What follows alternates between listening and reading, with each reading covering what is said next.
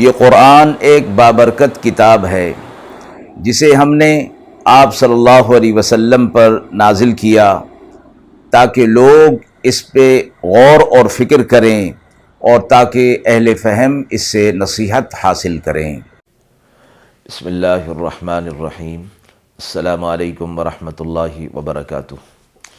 ناظرین کرام، درس قرآن مجید کے آج کے اس پروگرام میں ہم سورۃ النور کی آیت نمبر 58 تا آیت نمبر 60 کا ترجمہ اور تفسیر پیش کر رہے ہیں، اور آخر میں پوچھے گئے سوال کا جواب ہوگا۔ اعوذ باللہ من الشیطان الرجیم، بسم اللہ الرحمن الرحیم۔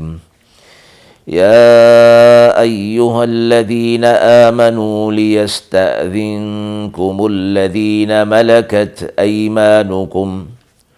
والذين لم يبلغوا الحلم منكم 3 مرات من قبل صلاة الفجر وحين تضعون ثيابكم من الظهيرة ومن بعد صلاة العشاء 3 عورات لكم ليس عليكم ولا عليهم جناح بعدهن طوافون عليكم بعضكم على بعض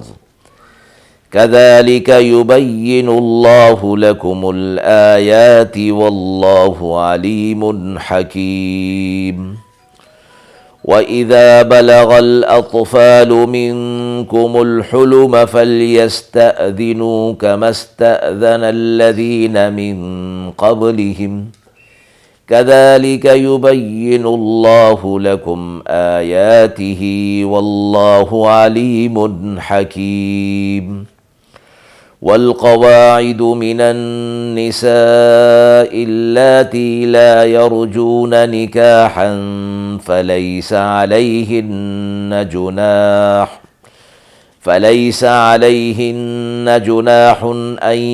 يضعن ثيابهن غير متبرجات بزينة وَأَن يَسْتَعْفِفْنَ خَيْرٌ لَهُنَّ وَاللَّهُ سَمِيعٌ عَلِيمٌ۔ آیات مبارکہ کا ترجمہ ملاحظہ فرمائیں۔ اے ایمان والو، جو تمہارے مملوک ہیں اجازت لے کر آئیں،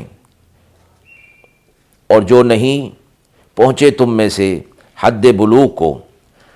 3 بار فجر کی نماز سے پہلے، اور جب تم اتار رکھتے ہو اپنے کپڑے دوپہر میں اور عشاء کی نماز کے بعد۔ یہ 3 وقت ہیں بدن کے کھلنے کے، تمہارے لیے اس میں تمہارے لیے کچھ تنگی نہیں، نہ ان پر ان وقتوں کے بعد پھرا ہی کرتے ہیں ایک دوسرے کے پاس۔ یوں اللہ تبارک و تعالیٰ تمہارے لیے اپنی آیات کو کھول کر بیان کرتا ہے، اور اللہ علم والا اور حکمت والا ہے۔ اور جب پہنچے لڑکے تمہارے حد بلوغ کو، تو ان کو ویسی ہی اجازت لینی چاہیے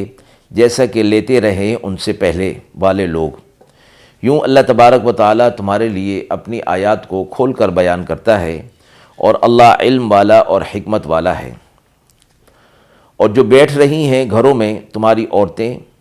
جن کو توقع نہیں رہی نکاح کی، ان پر کوئی گناہ نہیں کہ وہ اتار رکھیں اپنے کپڑے، یہ نہیں کہ اپنی زینت دکھاتی پھریں، اور اس سے بچیں تو بہتر ہے ان کے لیے، اور اللہ سب باتوں کا سننے والا جاننے والا ہے۔ مذکورہ آیات کے اندر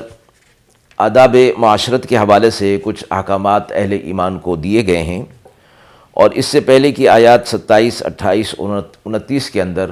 احکام استئذان یعنی احکام اجازت کے عنوان سے بیان ہوئے تھے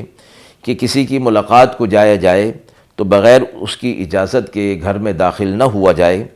گھر زنانہ ہو یا مردانہ ہو، آنے والا مرد ہو یا عورت ہو، سب کے لیے کسی کے گھر میں جانے سے پہلے اجازت کو واجب اور ضروری قرار دے دیا گیا، مگر یہ احکام استئذان اجنبی کے لیے تھے جو باہر سے ملاقات کے لیے آئے ہوں۔ مذکورہ آیات کے اندر اہل ایمان کو دوسرے استئذان یعنی اجازت کے احکام بیان ہو رہے ہیں جن کا تعلق ان کے اقارب یعنی قریبی لوگ اور محارم کے ساتھ ہے، جو عموماً ایک ہی گھر کے اندر رہتے ہیں اور ہر وقت آتے جاتے رہتے ہیں، اور ان سے عورتوں کا بھی پردہ نہیں ہوتا۔ ایسے لوگوں کے لیے بھی فرمایا گیا کہ اگرچہ گھر میں داخل ہونے کے لیے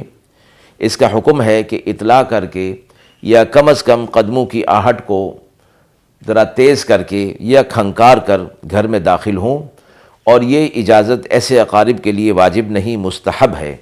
اس کو ترک کرنا مکروہ تنزیہی فرمایا گیا ہے۔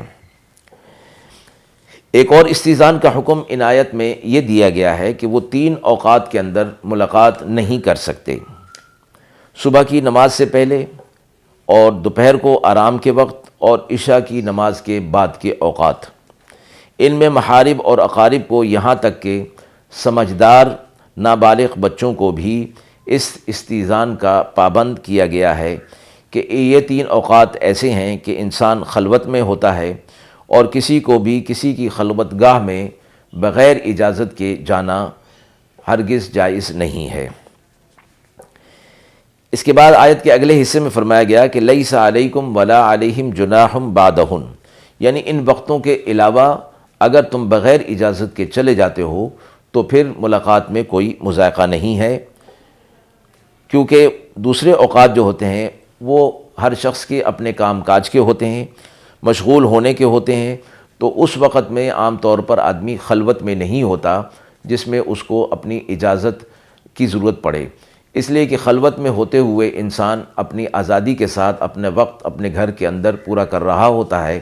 لہٰذا اس خلوت کی حفاظت ضروری ہے کہ بغیر اجازت اس کے پاس کوئی نہ جائے۔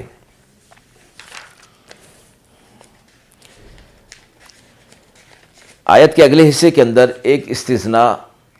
ایسی عورت کے لیے فرمایا گیا ہے کہ جو بوڑھی ہو چکی ہو اور اس کی طرف کسی کو نکاح کی رغبت نہ رہی ہو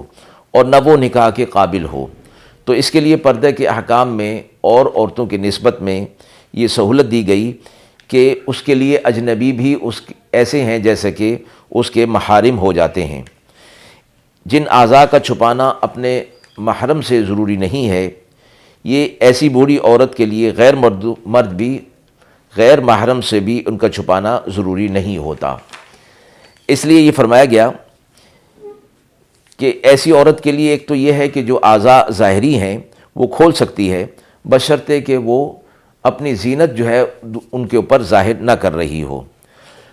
اور آخری بات یہ فرما دی کہ اگر وہ غیر محرموں کے سامنے بالکل ہی آنے سے گریز کرے تو یہ اس کے لیے بہتر ہوگا۔ ایک فرمایا کہ اگرچہ استثناء ہے، کیونکہ ایسی عورت کے لیے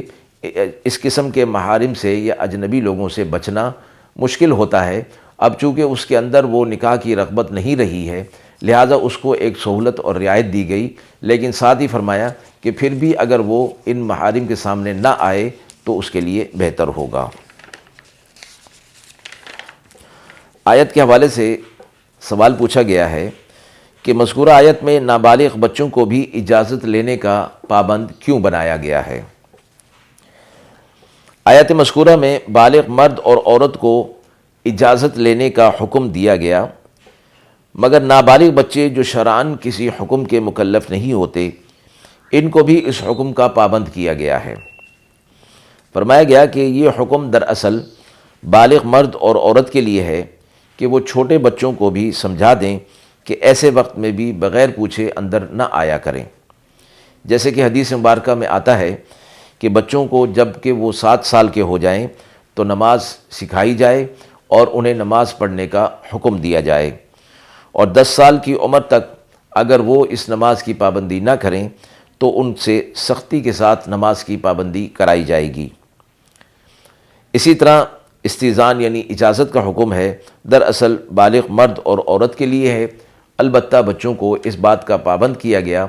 اور آداب سکھائے گئے، چونکہ بچوں کی تربیت کے حوالے سے یہ بات ہے کہ بچہ اگر نابالغ بھی ہے تب بھی اس کی تربیت کے اندر وہ چیزیں رکھی جائیں، اگرچہ نابالغ ہونے کے اعتبار سے وہ بچہ اس حکم کا مکلف تو نہیں ہوتا، لیکن تربیت کے حوالے سے اگر اسے اجازت لینے کا خوگر اور پابند بنایا جائے تو یہ ان کے لیے بہت بہتر ہوگا۔ وآخر دعوانا ان الحمد للہ رب العالمین۔